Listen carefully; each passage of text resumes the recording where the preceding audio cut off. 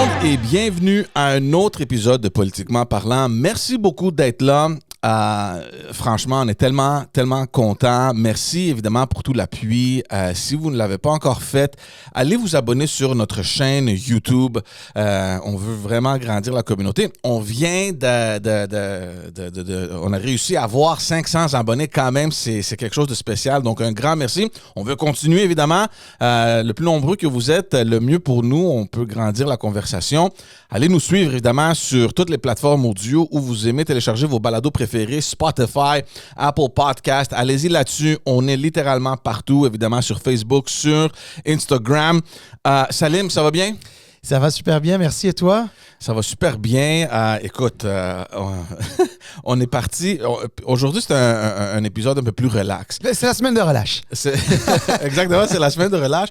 Puis, on était tellement habitués d'être juste nous deux.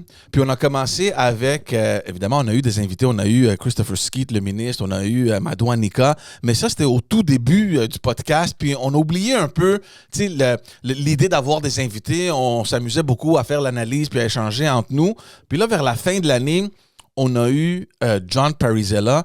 Puis depuis cet épisode-là, juste avant Noël, jusqu'à la semaine passée, on a eu juste des invités. Ben oui, écoute, on a eu pour 10 épisodes d'affilée, de suite, on a eu des invités. Puis pas les moindres, là, plusieurs élus, bien sûr, dont 4 chefs de partis politiques provinciaux.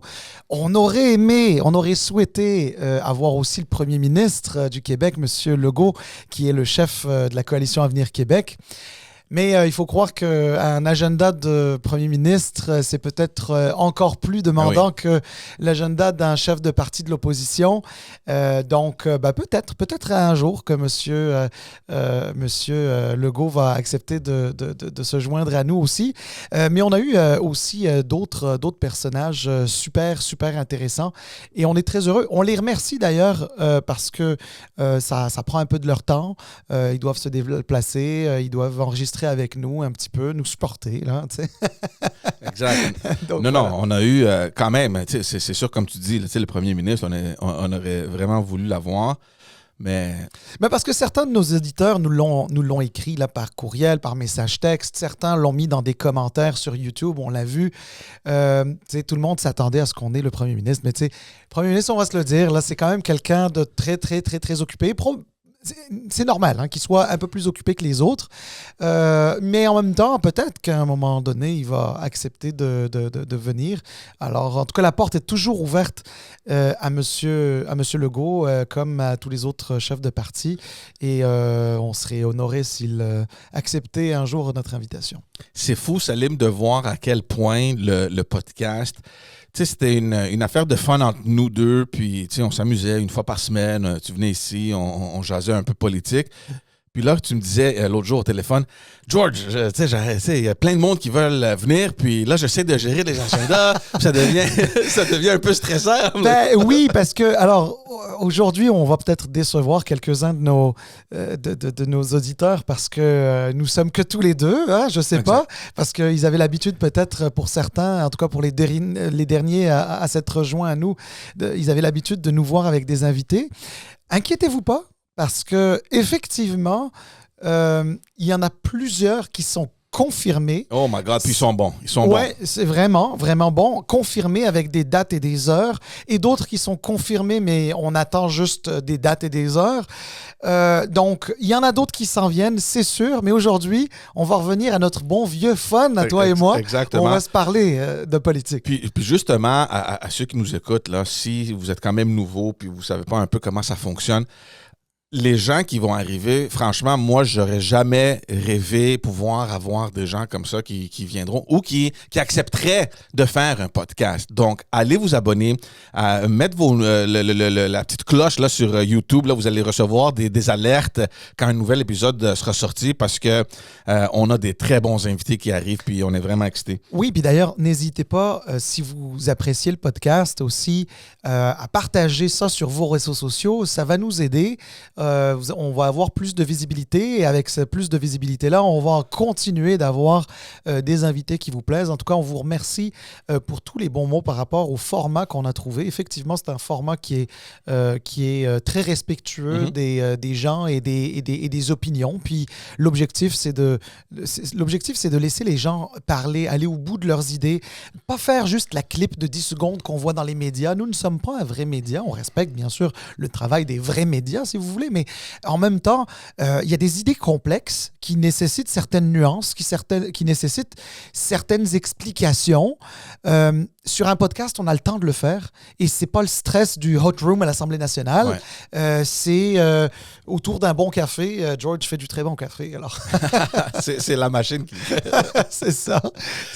On parle de quoi aujourd'hui, Salim? On est tellement habitué d'avoir des invités qu'on se préparait pour eux qu'aujourd'hui, on dit... Puis en plus, c'est la semaine de relâche, donc il n'y a pas vraiment... Il n'y a pas beaucoup d'actualité. Ouais, c'est ça. Il n'y a pas beaucoup d'actualité, mais quand même, il y a de quoi faire un petit épisode aujourd'hui quand même pour les gens qui nous écoutent et qui aiment bien nous entendre parler de politique, là.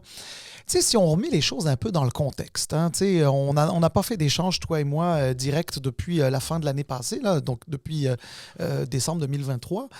Tu sais, ce qui a marqué la fin de l'année 2023 en politique provinciale, ici au Québec principalement, là, c'est de voir comment le Parti québécois est en tête dans les sondages. Et tu sais, ça commence à ressembler à une tendance. Tu sais, souvent on dit un sondage, 2 sondages, 3 sondages.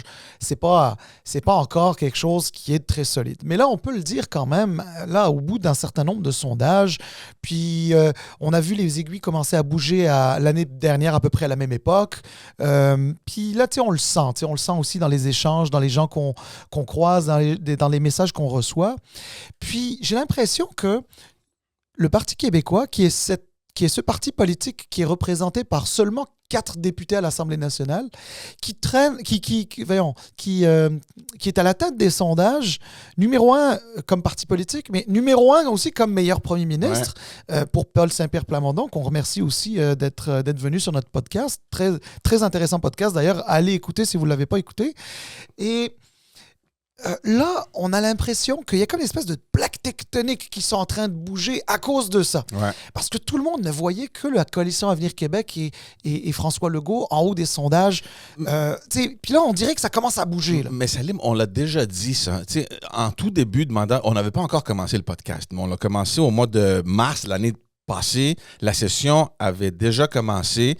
Puis, un des premiers épisodes qu'on avait fait, c'était justement cette attitude-là du Parti québécois de vouloir bouger les choses et de rentrer avec cette... C'est pas une attitude, mais c'est un système de croyance que nous, voici qui nous sommes. Puis, si ça rentre pas dans ce contexte-là, ben nous, on va vous le dire, puis on va pas jouer ces games-là politiques-là. Donc, ils sont rentrés avec le serment au roi.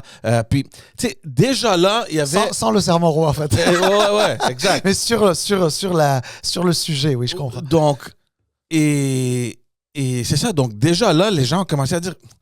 Dude, vous êtes juste 3, là. Qu'est-ce qui se passe? Puis là, ils ont réussi à faire changer la loi étant à l'extérieur du Parlement. Puis, justement, c'est ce qu'on parlait. On dit, tu sais, pour 3 personnes, quand même, ils font du bruit, eux autres. Puis on a commencé un peu à regarder ça, puis à les suivre un peu de près. Et doucement, tu sais, ils ont commencé à faire leur travail, puis on parlait toujours de eux, puis de ce nouveau chef qui a une nouvelle façon de faire. Tu sais, il y a une attitude qu'on n'a pas l'habitude de voir dans le Parlement. Là, comme tu dis, évidemment, ils sont arrivés à un point où ils mènent dans les sondages. Et justement, c'est ça qui est intéressant dans la politique, de voir comment réagissent les autres partis. Parce que là, le but, là, c'est de remplacer le gouvernement. Mais c'est ça. Mais en fait, c'est exactement ça.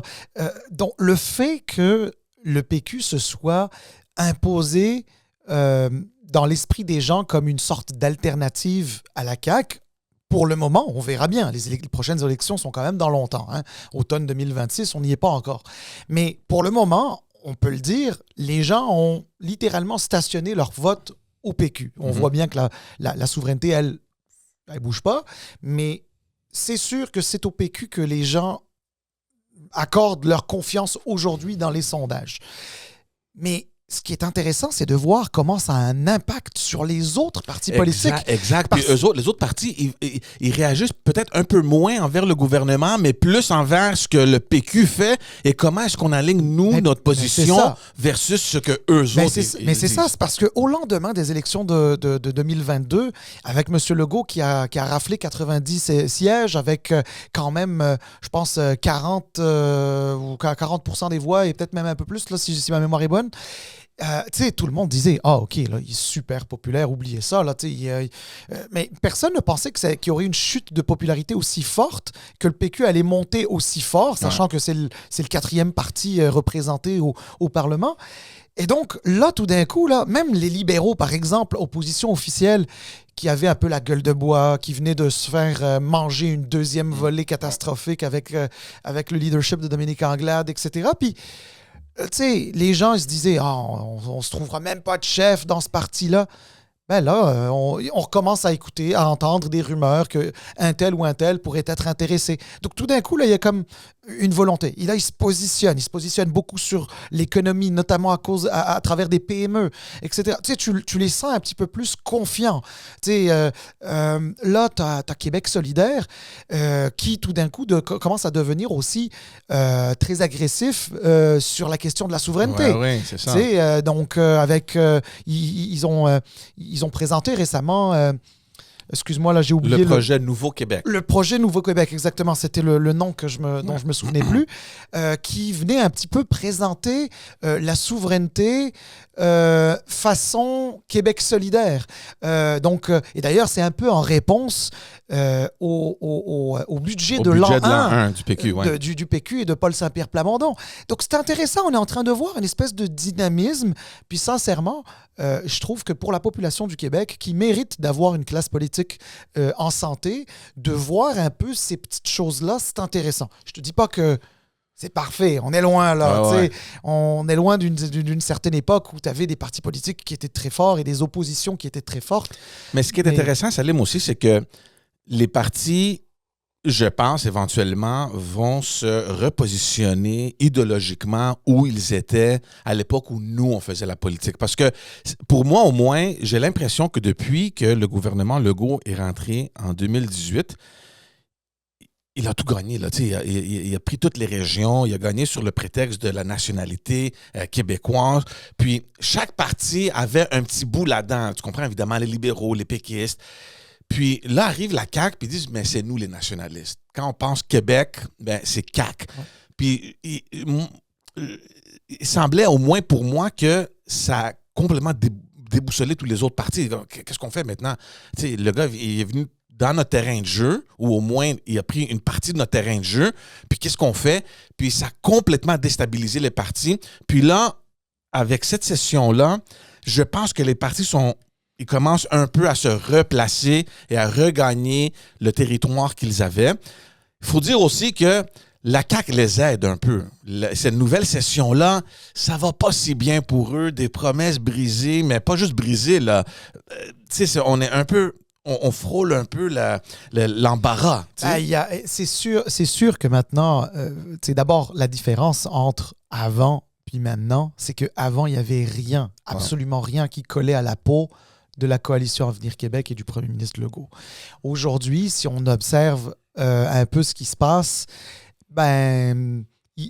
disons que la CAQ est moins téflon qu'elle ne l'était. Ben oui, beaucoup moins. Donc là, alors c'est sûr que maintenant, les fling-flang, les changements de position ou changements de fusil d'épaule ou les recettes qui fonctionnaient avant fonctionnent un peu moins.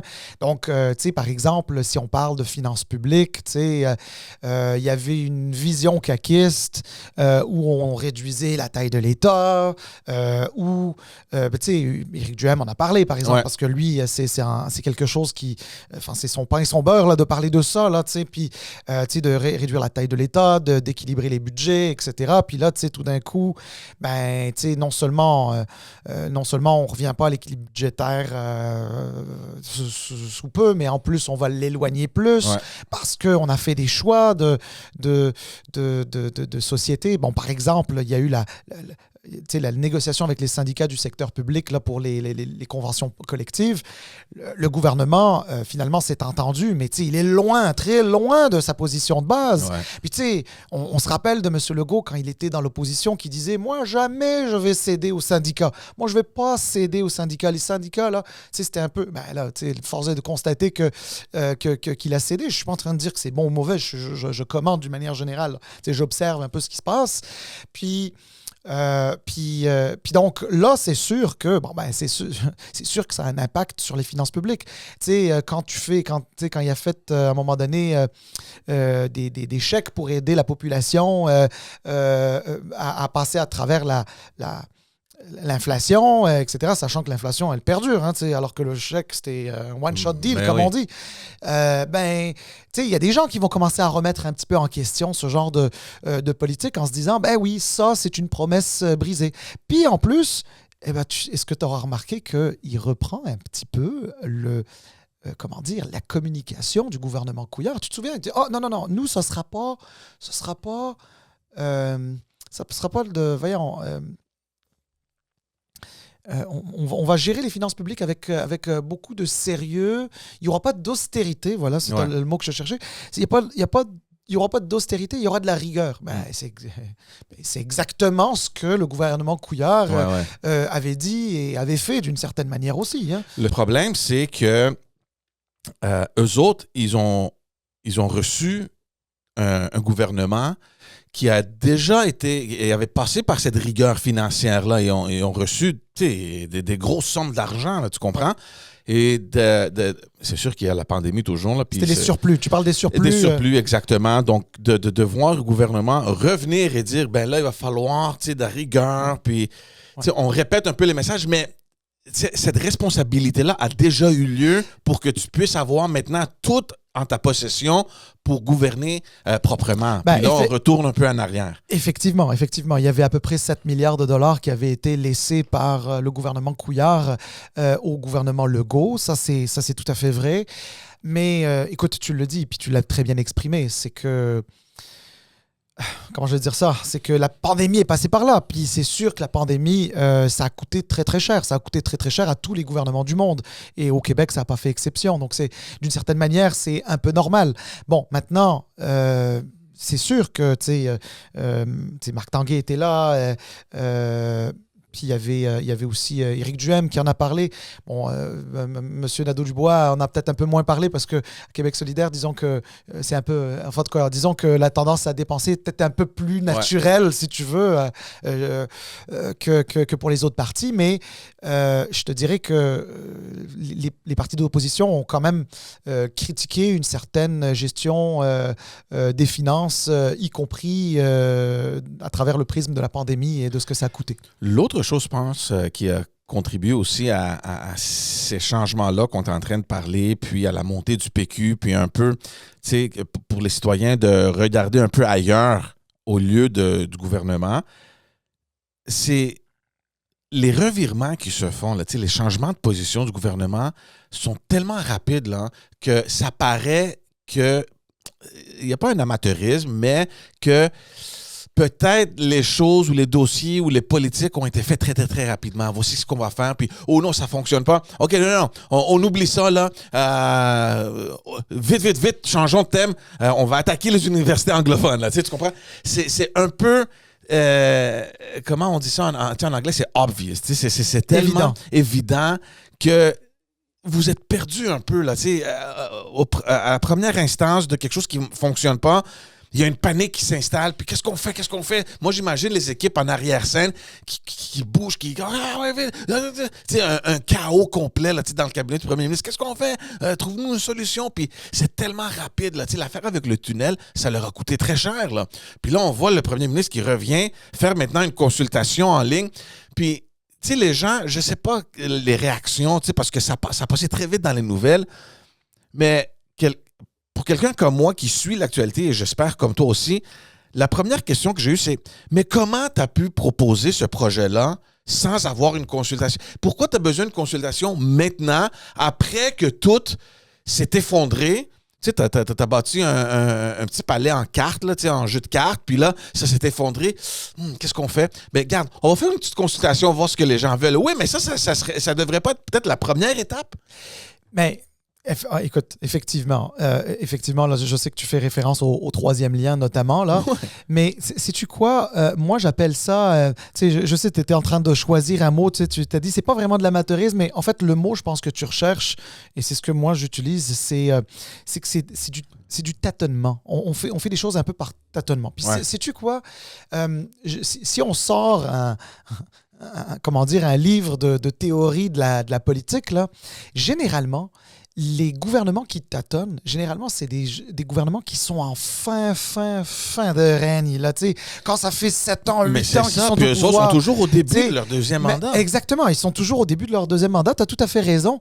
Mais ça, je vais faire une petite plug. Là. J'ai déjà écrit un texte là-dessus sur mon blog électron au pluriel libre au pluriel.ca, électron-libre.ca.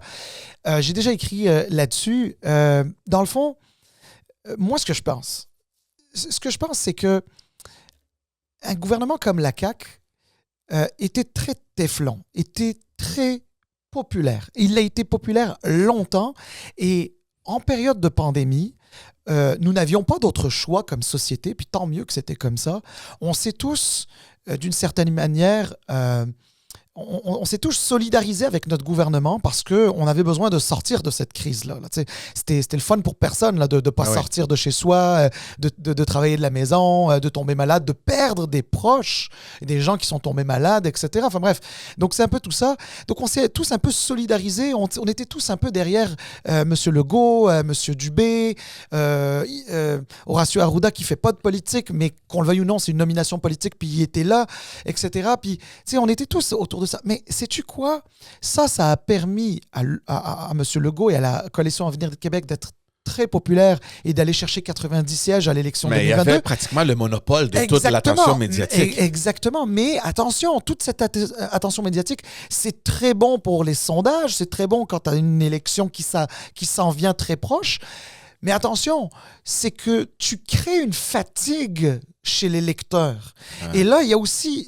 Et cette fatigue chez les lecteurs, eh ben, elle se traduit aussi par une espèce de... Comment je vais dire ça?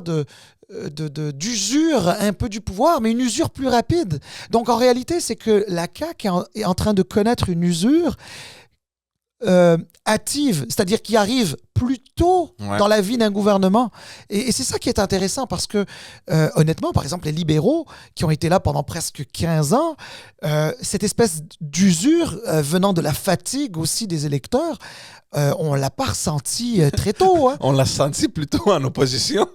Quasiment, exactement.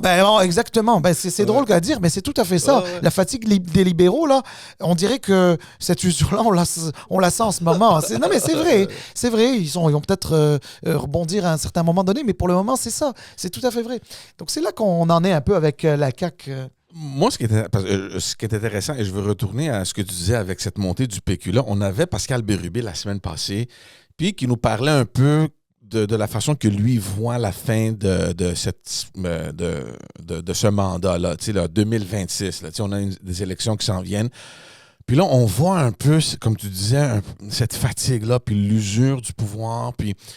Est-ce que Legault va rester jusqu'à la fin? Est-ce qu'il va faire une autre élection? Qu'est-ce qui va arriver? Est-ce que, tu sais, voyant les sondages un peu aller en descendant, est-ce qu'il va peut-être entendre voir comment cette année-là va se dérouler pour peut-être l'année prochaine annoncer un départ pour laisser l'opportunité à son parti de se renouveler puis trouver un autre chef? Puis, tu sais, quand un chef de parti voit que ça va pas si bien que ça, et comme tu dis, c'est en début de mandat.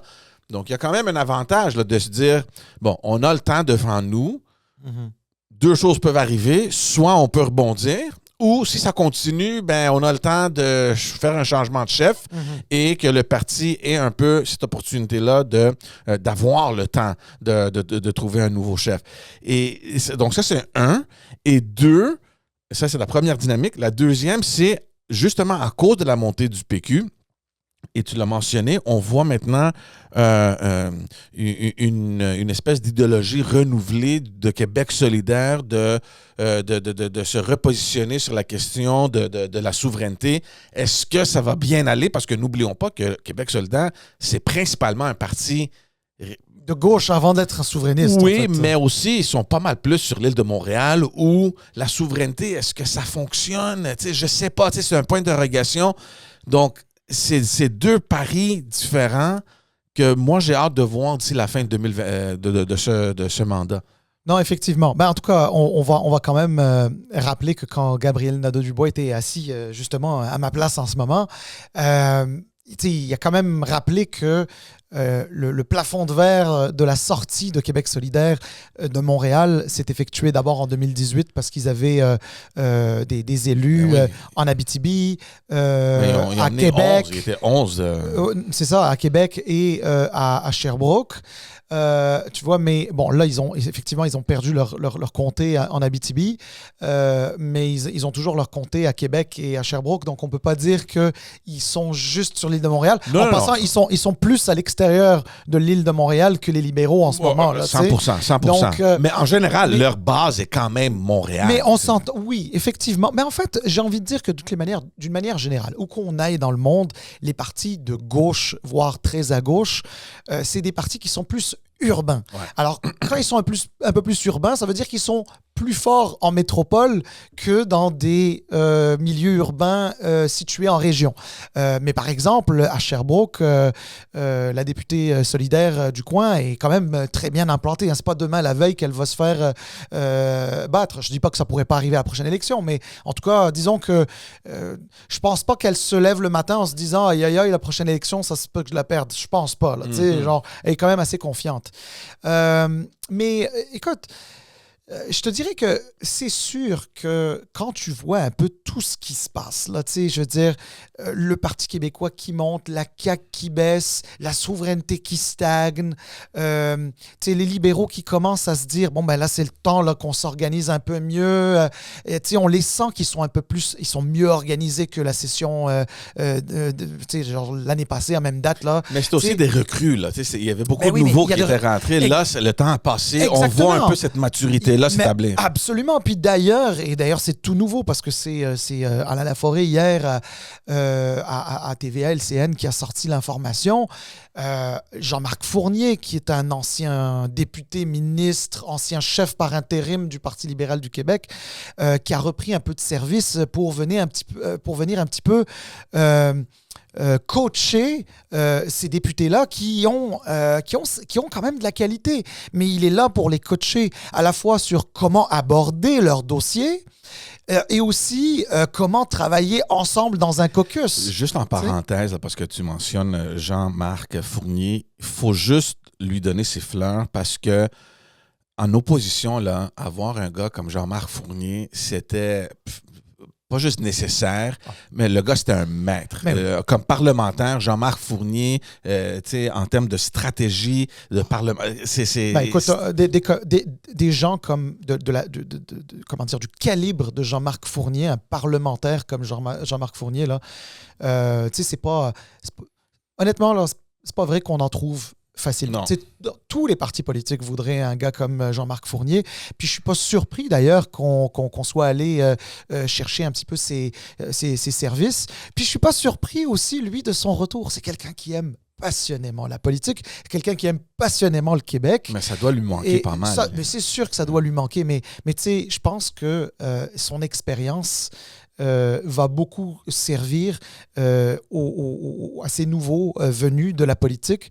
Donc, tu sais, je te rappelle que tu sais, les plus anciens, je pense la doyenne du caucus, je crois, c'est Philomena Rotty-Rotty. Par la suite, il y a Marc Tanguay. Puis ensuite, tu as André Fortin. Puis ensuite, tout le reste, c'est 2018 et 22. Ouais. Là, donc, c'est quand même assez récent. Puis j'allais dire Marie-Claude Nichols, mais là, mais c'est 2014, elle aussi. Hein, donc, oui, avec André Fortin, c'est vrai, effectivement. Mais tu vois, mais Marie-Claude Nichols, elle est plus là. Elle est plus dans le caucus. Peut-être éventuellement qu'elle fera son retour. Mais tu sais, je crois qu'il c'est sûr qu'il y a une expérience que Jean-Marc Fournier est en train d'apporter. Puis d'ailleurs, je ne sais plus trop qui disait ça. Dans le caucus libéral actuel, le seul qui a occupé des fonctions de ministre, c'est André Fortin. André Fortin, oui. Donc, il y a aussi ça à prendre en considération parce que ça veut dire que ton expérience de ministre te permet aussi d'avoir une lecture de comment ça se passe de l'autre côté. Tu sais, les gens que tu questionnes en chambre, là, tu sais, il faut être capable de prévoir des coups d'avance et puis parfois ça aide. Alors le fait qu'il n'y en ait qu'un seul, c'est peut-être aussi, je ne vais pas dire un enjeu, mais d'avoir quelqu'un qui va venir comme Jean-Marc Fournier puis les coacher tous sur ces questions-là, je pense que c'est une bonne chose.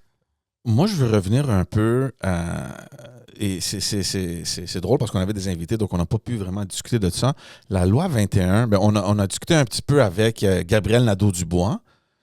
Ensuite, il y a eu le jugement, puis ensuite, on a eu Pascal Bérubé. Donc, c'était récent parce que juste avant que ce jugement-là tombe, on a Gabriel Nadeau-Dubois qui se positionnait, lui et son parti évidemment, se positionnaient sur le projet de loi 51 ou 52 là, 51 de renouveler la clause... Ou 52 d'ailleurs. 52, whatever. Qu'importe.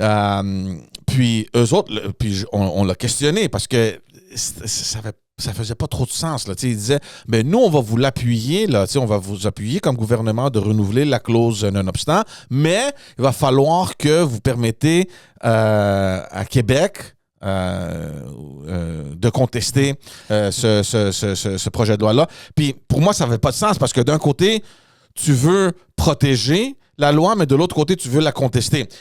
Et donc là, le jugement tombe, puis juste avant, on se parlait, je me rappelle, puis j'ai dit, regarde, ça va tomber, ils vont appuyer la charte des valeurs, puis ils vont sortir. Puis La loi 21. Ouais, exact. Puis ils vont dire que c'est pas constitutionnel, puis là, ça va donner raison à Québec solidaire. Ils vont sortir dire que, tu sais, on l'a dit, nous, c'est ça, on veut contester ça au Québec, puis, tu sais, je pense... Mais alors, regarde, je vais te dire un truc. La position de Québec solidaire, d'un point de vue stratégique, elle est un peu complexe à faire comprendre au monde. T'sais, des gens qui suivent la politique vont très bien la comprendre. Mais c'est beaucoup plus idéologique. Puis tu as posé la question. Mais justement, d'un point de vue de leur parti, d'un point de vue de Québec solidaire, qui, est un parti de gauche contre la loi 21,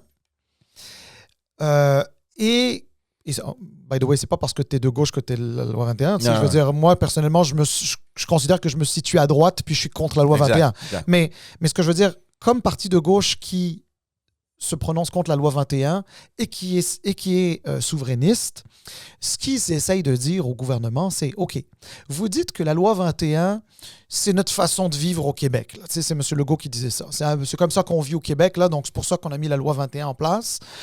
Tu dis que la loi 21, c'est les valeurs québécoises.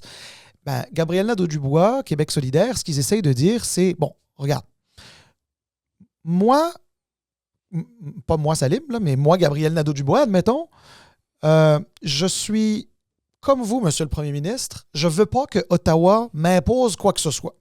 Et je ne veux pas que la Charte des droits et libertés du Canada, celle qui est dans la Constitution du Canada, la Constitution que nous n'avons jamais signée. Et que je ne reconnais pas. Que je ne reconnais pas. D'ailleurs, je me reconnais tellement pas que je veux me séparer de ce pays-là. Ouais. Je ne veux pas que ça s'impose à nous. Alors très bien, laissons de côté la Charte canadienne. Là, la Charte québécoise, ça c'est nous autres, ça. C'est fait selon nos valeurs, sinon ce ne serait pas notre charte. Et d'ailleurs, c'est plus qu'une loi. La charte a une valeur, symbolique d'être plus importante qu'une loi. C'est comme une loi au-dessus des lois, tu sais. Ouais. Et il dit, ça respecte nos valeurs. Mais alors, si elle respecte nos valeurs, la charte, laissez les tribunaux, laissez les tribunaux trancher si la loi 21 respecte ou non la charte québécoise. Ouais, c'est ça. C'est ça, Donc, moi, j'ai envie de dire, la position, d'un point de vue idéologique, elle est cohérente, celle de Québec solidaire. D'un point de vue stratégique, c'est qu'elle est un petit peu complexe à comprendre et à expliquer à monsieur, madame, tout le monde. Et après tout, la politique, c'est l'art d'aller chercher l'adhésion des gens. T'sais. Mais surtout que après la décision, c'est venu mettre une fin à leur argument. Parce que, tu sais, moi, au début, quand on attendait le jugement, j'étais presque sûr, Salim, qu'ils allaient pencher du côté de la charte. Mais attention, le jugement, tu sais, je vais te dire un truc. Le jugement n'a pas... Il ne s'est pas prononcé sur le fond. Le jugement, dans le fond, la manière dont je le comprends, en tout cas, là, je ne veux pas imposer ma compréhension à tout le monde, mais je donne mon opinion là-dessus. Le jugement, qui effectivement est plutôt favorable à la loi 21, ou tout du moins, pas dans son fond, mais dans son existence, si tu veux, il dit que la loi 21 est légitime.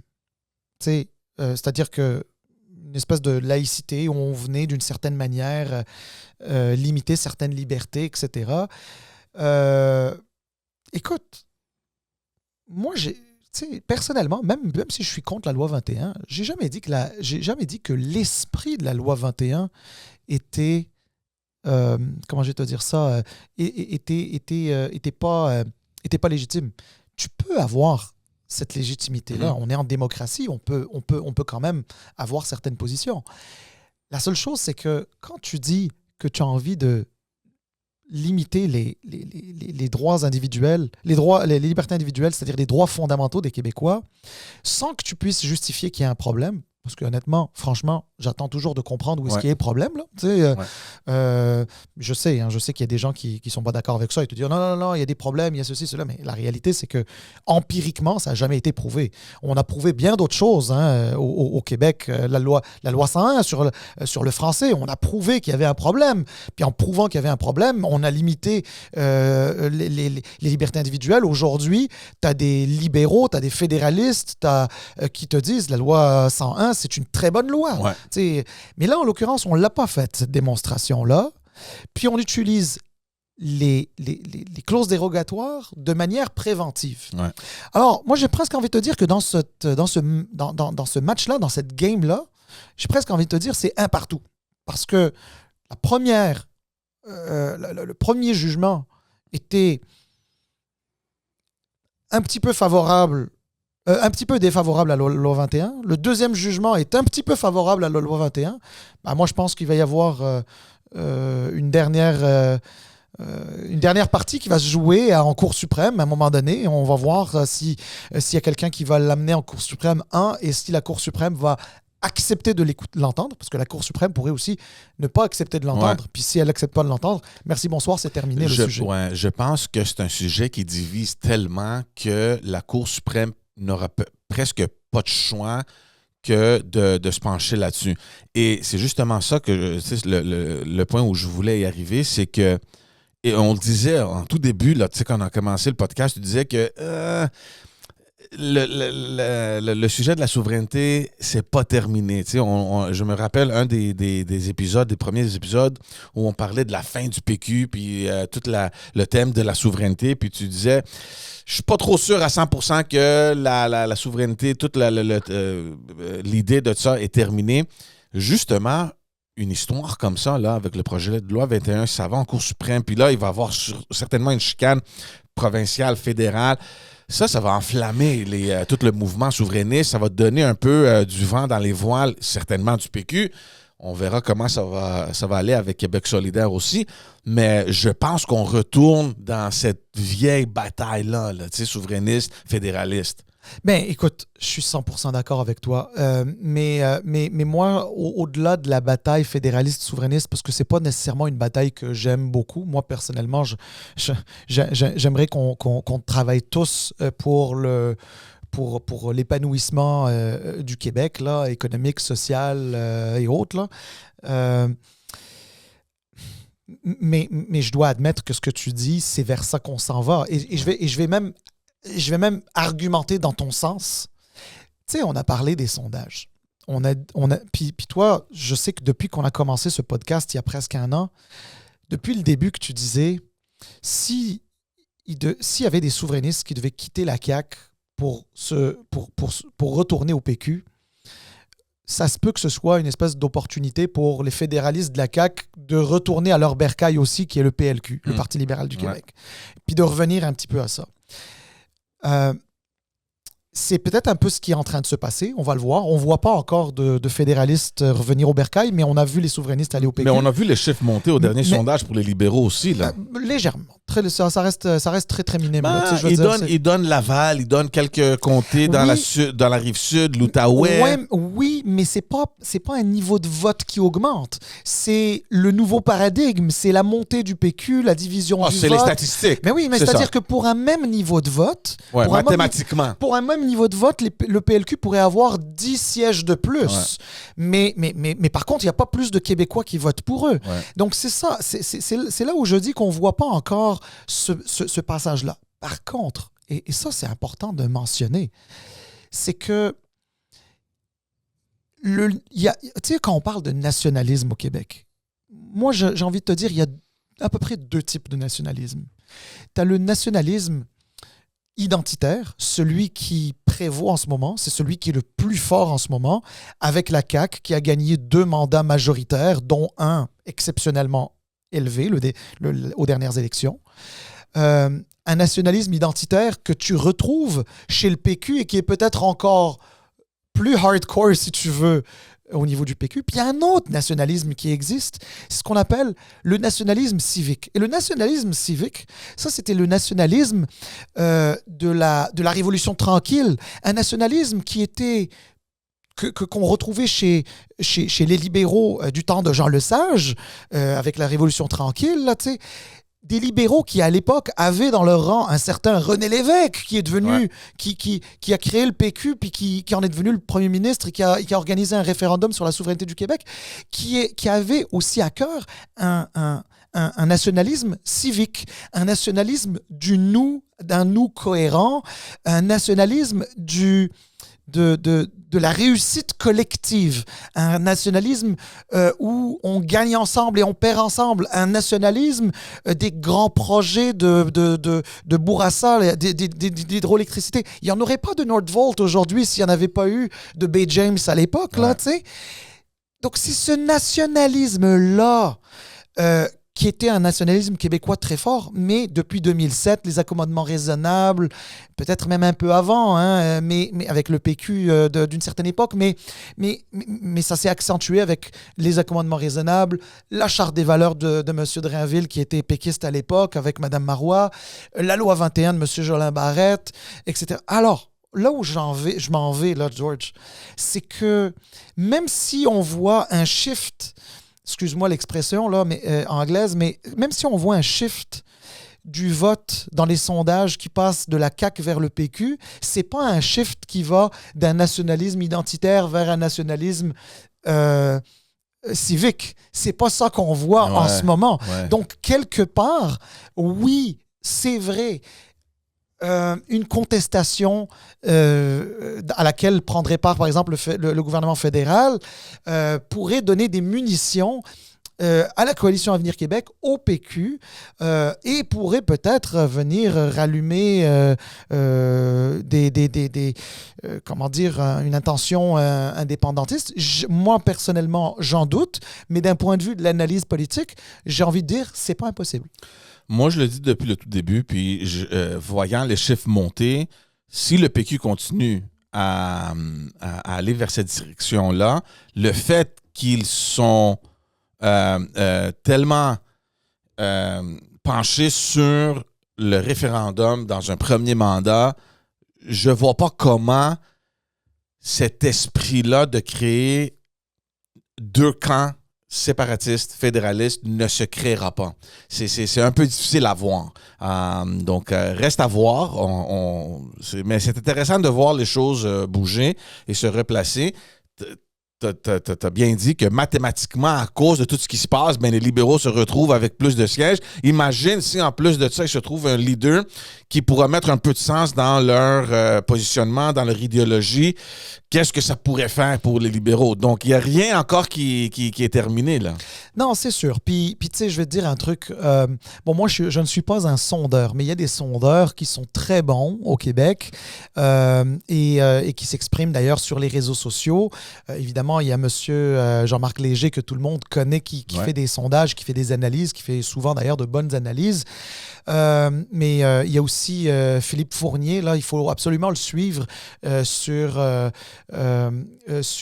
Twitter, puis sur son blog, etc. Il faut voir ça un petit peu. Puis tu sais, quand il fait l'agrégation, là, si tu veux, de tous ces sondages-là, puis il fait des projections après pour essayer de voir en termes de sièges ce que ça peut donner, c'est sûr que ça inquiète, par exemple, la coalition Avenir Québec et M. Legault. Je te dis pas qu'il se réveille le matin fâché en se disant « Oh là là, je vais perdre la prochaine élection ». C'est pas ça que je dis.